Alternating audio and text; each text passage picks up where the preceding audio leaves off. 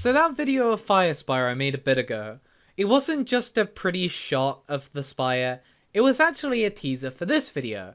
If you want to find that video, it's not going to be on my channel, it's going to be unlisted, but you can still find it in the link of this video. I just didn't want to have it on my channel because, you know, it's not really a theory, and I wanted to kind of keep the main stuff visible on my channel. But it still exists, you can find it, and I will also have timestamps for that. Anyway, let's talk about Origins.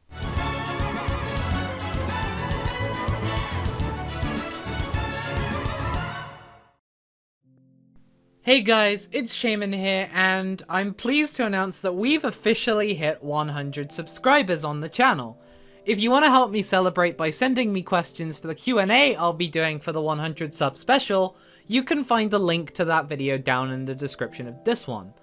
Also, this video took way too long to make itself, because believe it or not, there's a lot of lore in Origins, and it's been super tedious to fact check all of it without making any mistakes. In fact, I think I probably will have made a few mistakes in this video, since I don't actually know the lore for some of the locations due to lack of documentation. Also, my sleep schedule is completely ruined, so expect me to make mistakes due to how tired I am. In this MineZ theory, we'll be talking about the identity of the Eclipsed and where they came from, two great wars pitting human and god against each other, and the lie that saved the world as we... Wait, I've said this before. Anyway, there's gonna be a lot of information in this video, which sophisticated players might not even understand, so I'm gonna give you a run through of the entire MineZ timeline as we know it right now. I'm going to explain all of the major events that took place in the timeline, and some events that will be significant later on in this theory in just a little bit more detail than all the other facts. To start with, Hestral created the universe, and then created the other four gods, Agni, Simoon, Therum, and Pluvia, to aid him in building the world which we live on. However, in creating the four, Hestral lost a portion of his own brilliance and power. The gods created humanity to rule the world, and then fashioned the city of Axis Mundi with their powers. The gods then gave magic to the humans, allowing them to construct the city of Agni Ignis by themselves. Those who were not blessed by the gods dispersed into the world, creating the city of Grimdale, which would later become the capital of the humans. As the humans began to settle into their new world, Hestral detected a hint of sinister feeling coming from humanity. Some of his creations had turned away from his light, and were now practicing dark magic. He could not allow this, and so he began to erase a large number of humans from the lands, starting from the east and sweeping across the world. He started by eliminating those who he was confident were using dark magic, but eventually grew more paranoid and started killing innocent humans, and so the four gods were forced to intervene, and they worked together to fight off Hestral and seal him in his own domain forever. Unfortunately, due to Hestral's influence leaving the world, and the four gods losing the light given to them by Hestral, they themselves became unstable and began a tyrannical rule over humanity. While Hestral was simply misguided by his paranoia, it seemed the four gods had turned to domination over the humans. They plunged the world into chaos quickly, freezing over the tundra and drying up the inland sea, among other things such as erupting the volcanoes and just generally causing the humans a bad time. Some humans tried to coexist peacefully with the gods, but some of them sought a solution to the tyranny of the gods. This is where the Eclipsed come into our story.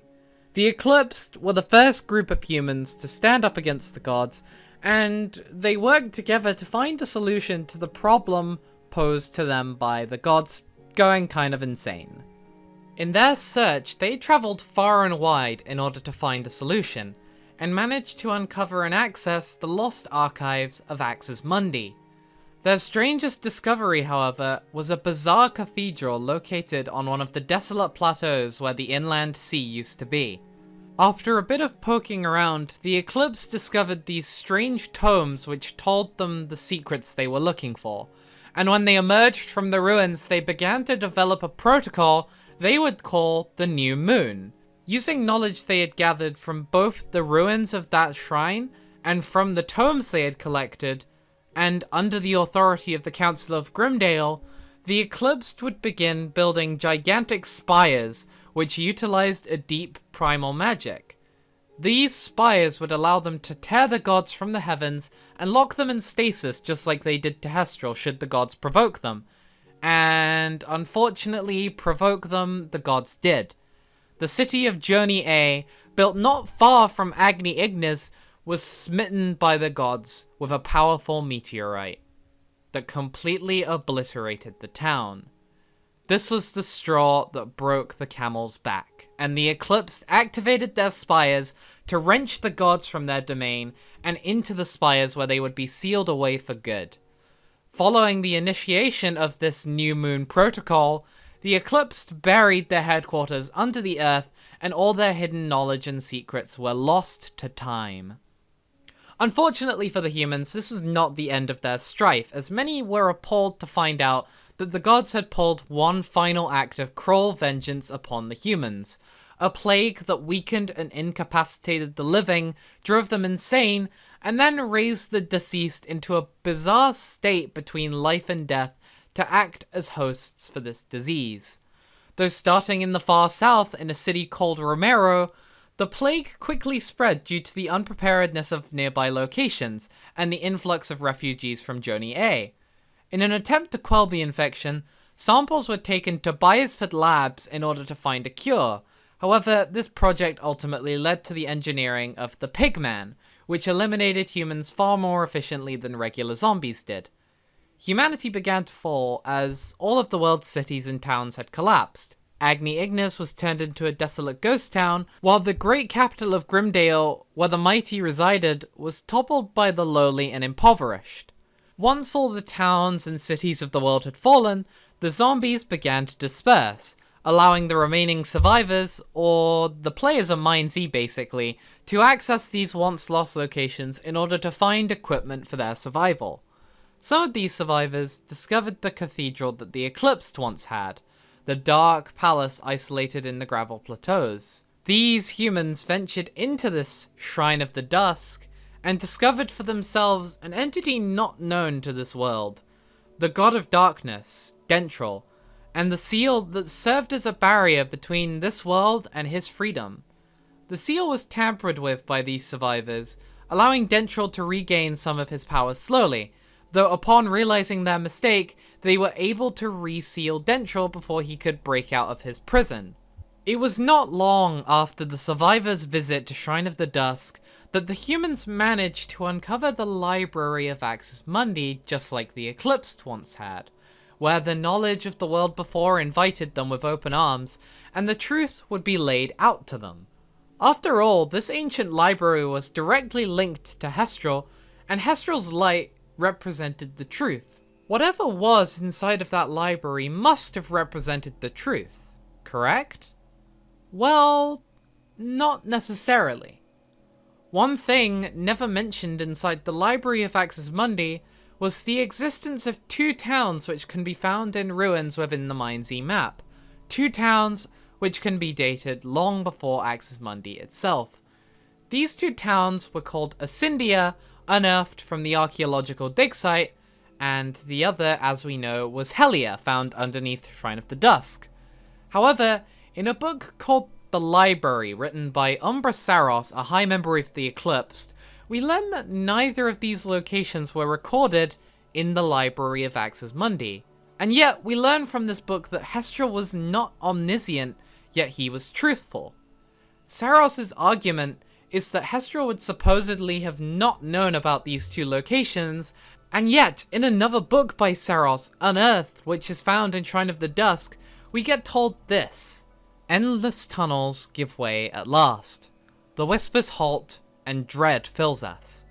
Opulent ruins, petrified wood, and a symbol we recognize. These are the ruins of a town called Helia. These ruins of a city older than Axis Mundi itself hold a symbol, not one of a past before humanity, but a symbol they recognize. The symbol they find is the symbol of Hestral. It seems that Hestral must have known about this place, right? It has his symbol on it. It has books that reference him. meaning his influence must have somehow reached this place, and yet no trace of its existence is recorded inside the library of Axis Mundi, nor is any trace of Axis Mundi recorded inside the library of Hellia. That must mean that if Hestral is truly an honest being, he would have never spoken any word about Hellia or Ascendia, as to not lie about their existence. In other words, he pretended that these places never even existed. And if he pretended that these two places, Ascendia and Hellia, never existed, who's to say that there isn't 3 or 4 or 5 places that are hidden within the world? Who's to say that there isn't the whole remnants of an entire forgotten world buried below our own? That's what our theory is based on today. In order to start even piecing this theory together, we need to look at the findings of the Eclipsed. As I said earlier, the Eclipsed were a group of humans that sought to protect the world from the wrath of the gods by seeking useful and practical knowledge that would help them to contain the gods. Various members of the Eclipsed are given the title of Umbra, which means shadow in Latin. Furthermore, their motto as a faction is light and dark together, which suggests that the Eclipsed were willing to use whatever method possible, whether light or dark, to complete their mission. Keep that in mind for later. As we know, the Eclipsed were some of the first people to venture into Axis Mundi after it had sunken into the ground, due to Hestral's link in the world being severed. The information buried in Axis Mundi will mainly help a side theory which I want to discuss after this main one later on in the video, but there are a few things of note to be found here. We learn that it was not actually Hestral himself that created humanity, but it was instead through Therum and Agni's work humanity came to be. From this we can assume that Hestral served as more of a supervisor than a true creator, and that once he created the 4 gods, he let them design the world, and as long as they utilized his powers of creation, they were good. We also learn that Hestral was essentially incapable of destroying the world, but had the ability to reset the world, essentially building a new one and starting fresh. One thing that's kind of interesting about this aspect of Hestral is that the 4 gods somehow knew about this power and feared that Hestral would follow through with resetting the world. But how could they know about this power if they'd not seen it themselves, right? That seems illogical. One final thing that's really interesting about Axis Mundi is from a book called Creation, written by a scribe of Hestral. Keep this name in mind, as it means the person who wrote this book was told to write this by Hestral himself. In the beginning there was one, and he was known as Hestral. From himself, he gave life to 4 others, gods of all elements. Together, they created the earth and all of its wonders. Now you might be wondering why I find this so interesting, because it's something that we've known for a long time. In fact, we've known it since MineZ Our Story. Well, what I find so interesting about this book is described better by Umbra Saros than I could in my own words. As we suspected, the story that is told here opposes the story that was found in those dark depths of Hellia. So, why don't we go and uncover the story buried in the ruins of Hellia? Let's see why the story of Axis Mundi contradicts the story of Hellia. Hestral's light represents the truth. By extension, Hestral represents the truth. Yet whether our trust in Hestral's truths is misplaced or not is down to whether you believe the secrets guarded by Dentral in Shrine of the Dusk are merely his attempts at manipulation, or whether they were the truth Hestral never wanted humanity to know. In the beginning there was one, a creator alone in the vast nothingness, and he was known as Trillos.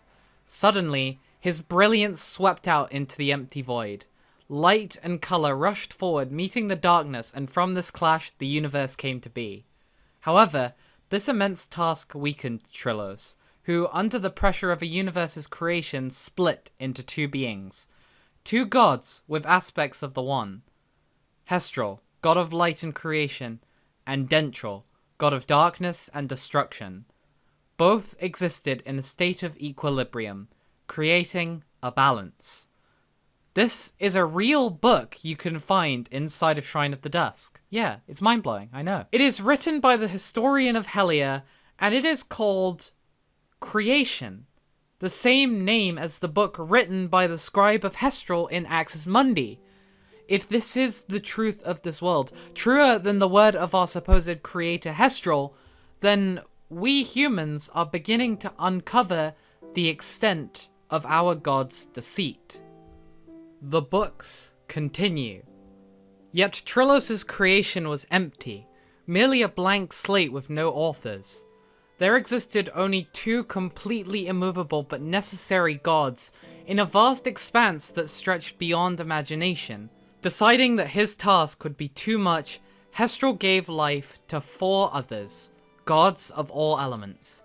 Agni, god and goddess over the flames of life. Simoon, god of the wind. Therum, goddess of earth. Pluvia, god of water and wisdom. Together, they would create the earth and all of its wonders. However, the creation of these elemental gods severely drained Hestral, who had lost a portion of his brilliance. Hestral could no longer keep Dentral's powers at bay, while parts of his light existed in the fore. The scales had tipped. The fabric of our universe demanded this balance be kept, yet with Hestral now existing in a weakened form, he could only keep the darkness at bay for so long. And so, the night sky became darker, more devoid of light, as Dentral's influence grew. This god of darkness threatened to encompass all of creation. A god more powerful than Hestral himself had been sitting right under our noses this whole time. Yet he had been sleeping, buried deep underneath the Shrine of the Dusk, underneath the ruins of Hellier.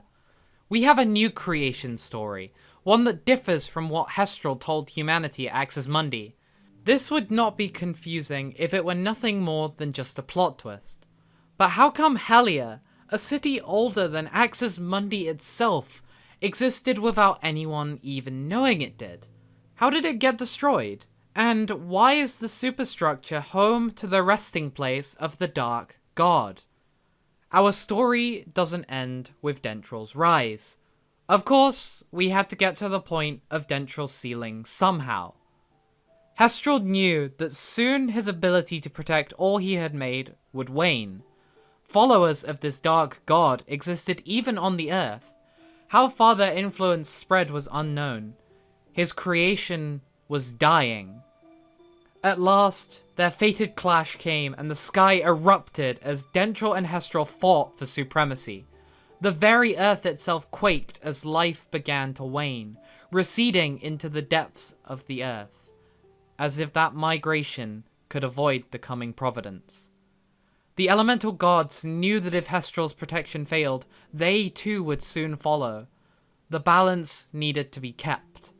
They drew from within them that very light which was given to them and forced the two creator gods into submission. Hestral and Dentral were sealed away, being placed into meditative states, one on Earth and the other in a region known only to the elemental gods. Balance had been achieved, but at what cost? It all seems to be coming together. Hestral and Dentral were locked in a fearsome battle for control over the Earth. One sought to use this control to destroy, but the other sought to protect. The elemental gods had no choice. This war would just destroy all of creation if it went on for too long, and so the Four sacrificed the light given to them by Hestral in order to power the seals that would lock away Hestral and Dentral for good. This battle was costly, however, and almost all life on the Earth began to die as a result of this conflict. Towns were destroyed, and the city of Hellier was seemingly lost as a result.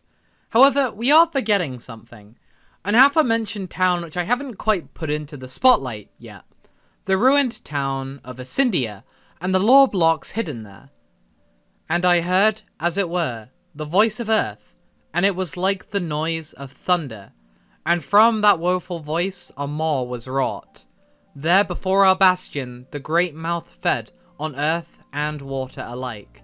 Among this destruction a second voice rang out, a great wailing from all corners of the heavens, pulling at the stone we did well to lay among this land, wrenching it into the ceaseless hunger below. And yet, another joined the chorus, the jubilant voice of flame pouring down upon us, clinging to that which remained here on the precipice.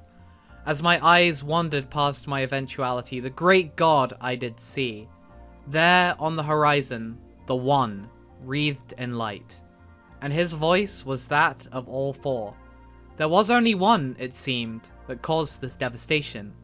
A great feast was had that day by the ceaseless hunger that consumed all, including our stronghold, for in the belly of the earth it lay sealed beneath fire, brimstone, and ash. Heed our failure. All of a sudden, things are probably beginning to make a lot of sense to you viewers who weren't actually aware of the lore of these places. It does seem that Asyndia too was destroyed by the war between the gods. The voices heard are, of course, the four, followed by Hestrals himself. But didn't the book say that Hestral's voice was that of the four combined? And as we know from the books at Shrine of the Dusk, the elemental gods were working to seal away both Dentral and Hestral. So why would Hestral be working with the four gods according to this book? Also, how come Asyndia and Hellia are destroyed, but not someplace like Noxmore, which is right in between the two? Something's not quite adding up here, and it seems like we're missing some more key details to the story. It seems that just like Hestral left out the details of Trilos, Shrine of the Dusk is leaving out the details of the events that followed after Hestral and Dentral were sealed. From what we're told in the lore block at Asyndia, it seems like Hestral and the four gods are working together to fight back the humans, just like Hestral alone did when killing off Dentral's followers before he was even sealed. This is why the events happening in this book can't be part of Hestral's initial purge of humanity, because the four gods were not involved in that at all.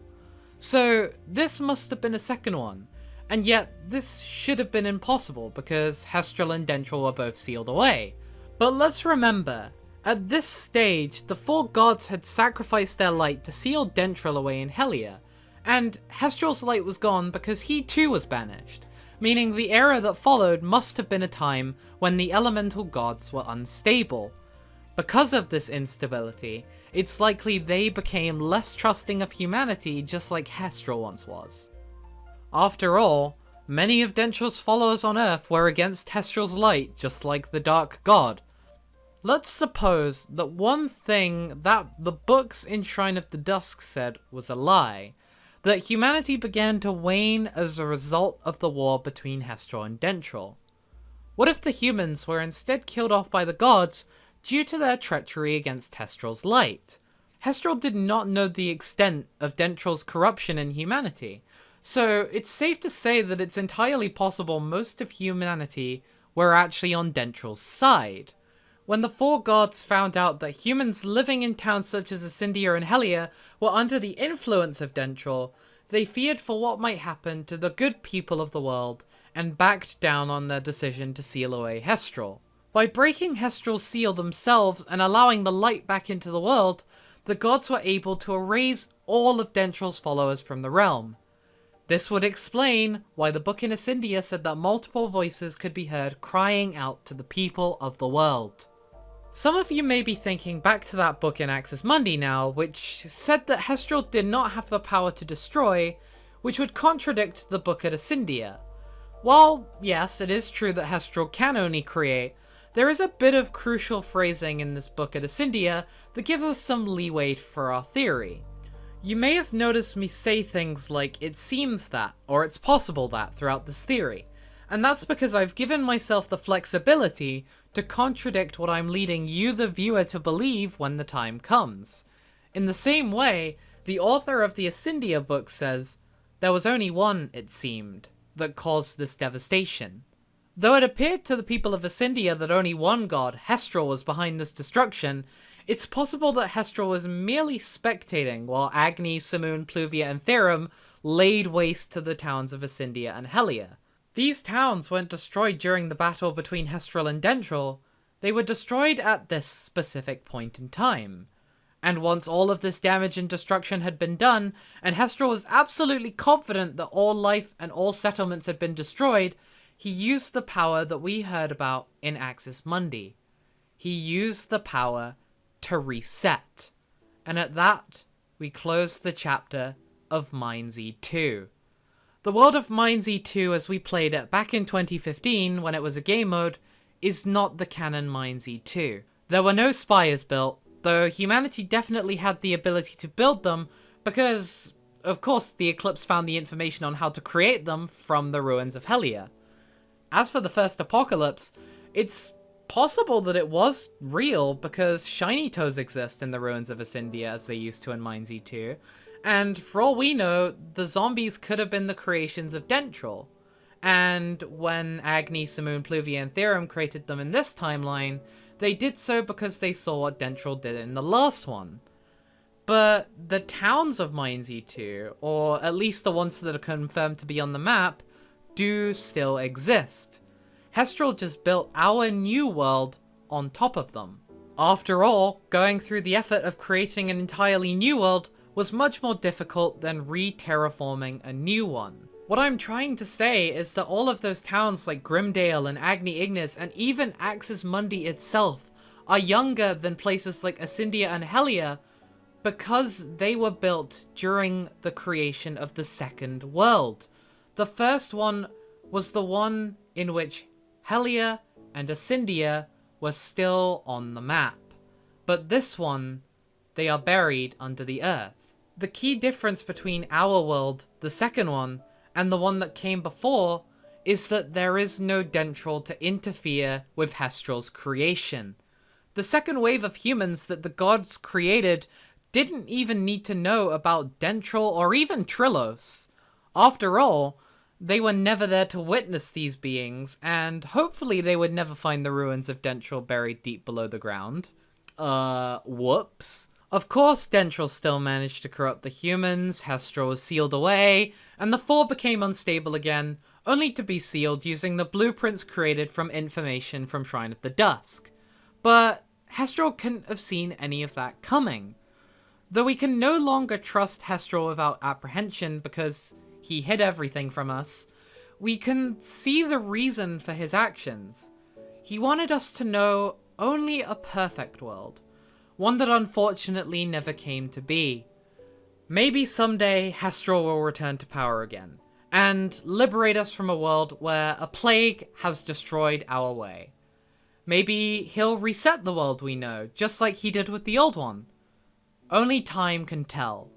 But when the time does come, we will be ready for it. And from the ashes of our world, we will start anew. Oh, and one more thing. Remember when I told you to remember all those details about the Eclipse? About their motto being light and dark together and their titles being Umbra and whatever? Yeah, you'll have to remember them for a while. Another Theoria video is coming. Stay tuned! This one has taken me so long to make, and I'm really happy with how it turned out.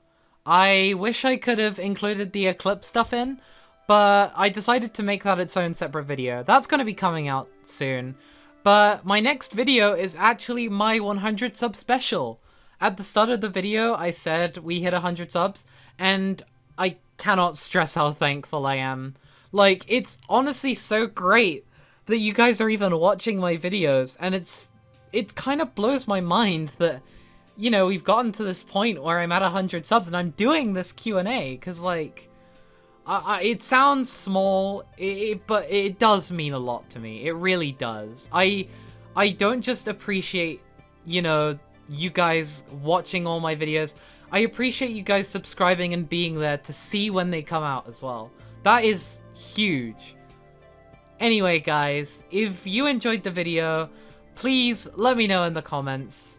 Just, I don't know, man. I love you guys. Thank you guys so much for watching.